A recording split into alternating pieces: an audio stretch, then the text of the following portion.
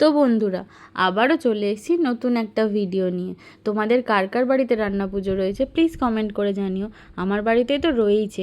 আর রান্না পুজো মানেই একটা আনন্দ, সারা রাত জেগে রান্না করা, কত গল্প, কত হই হুল্লোড়, সবাই মিলে একসাথে থাকা, খুব মজা।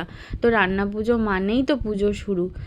তো দেখো, এখানে আমরা সমস্ত সবজি কেটে ধুয়ে রেখে দিয়েছি, আর মাছটা ফ্রিজ দিয়ে বার করে রেখেছি, তার জন্য জলে রয়েছে।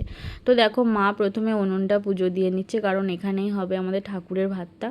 তো মা যা যা সবজি কেটেছিলাম সমস্ত কিছু উনুনে দিয়ে আগে পুজো করে নিচ্ছে। এটাও নাকি একটা নিয়ম, দিতে হয়। তো মা এখানে ঠাকুরের ভাতটা আগে করবে। ঠাকুরের ভাতটা না করা পর্যন্ত আমরা রান্না করতে পারবো না। তার জন্যে দেখো, মা এখানে ঠাকুরের ভাতটা করে নেবে।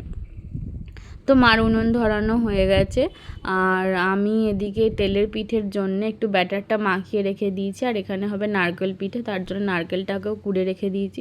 তো সারা রাত অনেক খাটাখাটনির পরে আর আমি ভিডিও আপলোড করতে পারিনি, তাই সকালবেলা আবার চলে এসেছি। দেখো, সমস্ত কিছু রান্না রেডি।